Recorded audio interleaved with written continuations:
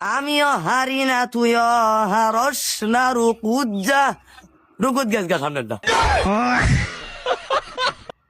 একবার এক মসজিদের ভিতরে তারাবির জন্য মানুষ খুঁজতেছে, খুঁজতে খুঁজতে এক মাদ্রাসার তো দুইটা ছাত্র পাইছে। পাওয়ার পরে এই ছাত্র নিয়ে তারাবির দিছে। এই মাদ্রাসার তো 1 কিলো পরিমাণ দূরে যার লাগে। ওনার 27 নাম্বার ভাড়া তো হইলো কোরআনের ভিতরে সহজ। এই দুই বন্ডাই কি করছে, সারা রাস্তা গান গুন হুইনা গেছে, বন্ডামি করে গেছে, ভালো করে পড়ছে না। ওন যাই এরা নামাজের ভিতরে করছে কি, এডার তো দিছে ইমাম সাহেব। এটা নামাজের ভিতরে যাইয়া আয়াত কইতে কইতে হঠাৎ করে গেছে বুঝলা, পাশের ডায় তৈলা বুঝছে না। পাশের ডায় কইতাস কি ফালাম্মা বুঝছি না আবার ক। ও না সামনের ডায় তো কিছুই কর পাইতাস না।